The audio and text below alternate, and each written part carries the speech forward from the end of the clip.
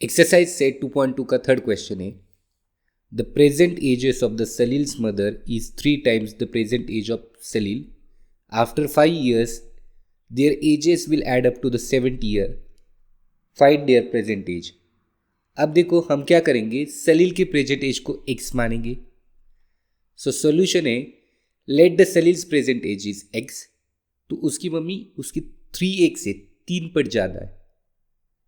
So then mother's present age equals to 3x years after 5 years। अब देखो suppose तुम्हारा as अभी 10 years है तो 5 years के बाद यू बन जाएगा 10 + 5 15। अभी अगर आपका एज 16 है तो 16 + 5 ये बनेगा 21 ईयर्स। अभी आपका एज x है तो x + 5 ईयर्स बनेगा।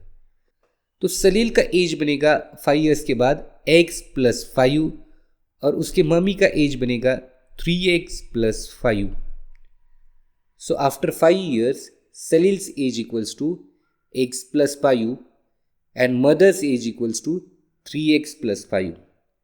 अब given condition equation में according to the question their ages will be add up to 70 years, यानी ये x + 5 और ये 3x + 5 equals to 70।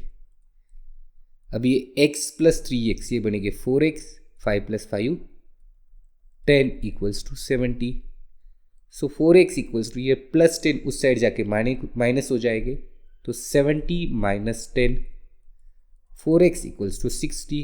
अब x को 60 से मैंने डिवाइड कर दिया, सॉरी 60 को 4 से डिवाइड कर दिया, 4 × 1 = 4, 4 × 1 = 4, 5 × 20, तो x की वैल्यू आएगी 15 ईयर्स। सो देखो ये x + 3x 4x + 10 = 70। So 4x = 60 years, so x = 15। Therefore Salil's present age, Salil का एज क्या है x ईयर्स यानी 15 ईयर्स, सलील का एज हो जाएगा 15 ईयर्स।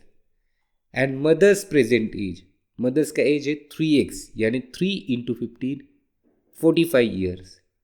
सो फाइनल आंसर है Salil's present age equals to 15 years और mother's present age equals to 45 years.